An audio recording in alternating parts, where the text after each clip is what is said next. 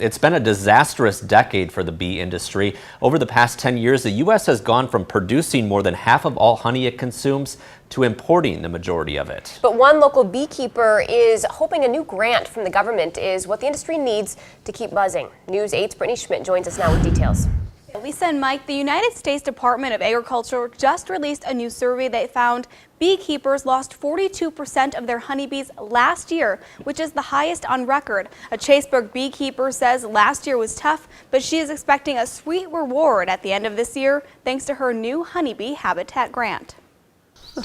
Pam Gasper has been a beekeeper for 3 years. 3 hives when they each have at least 10,000 bees in them now. And is expecting a pretty good harvest this year. The bees look healthy themselves. They're normal sized.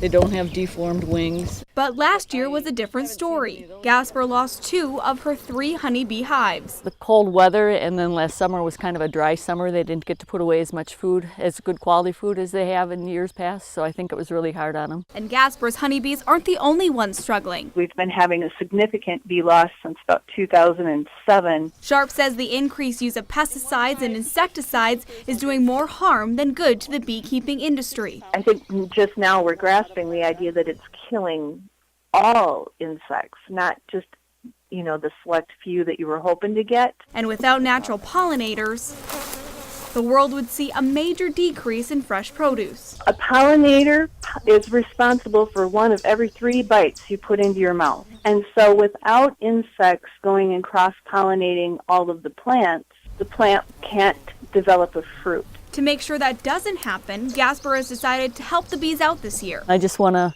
make sure there's plenty of food for them, so I applied to get a grant to put in bee habitat. Gasper says the process was pretty smooth. I had to check with the neighbors if they use any pesticides, and I called them and they don't. And before she knew it, she was creating about 2 acres of natural habitat for bees. There's brown-eyed Susan, some asters, some clovers, all natural native habitat for the bees. Gasper may only have about 30,000 bees right now, but if they have the right habitat, it'll be up to 240,000. Their population could explode. If you're here for them when they need it, they'll pay you back sweetly. Because honeybees play such an important role in our agriculture, there are a few things you can do right now to help create a better habitat for bees. First, you can limit the amount of pesticides used on your lawn or around your home.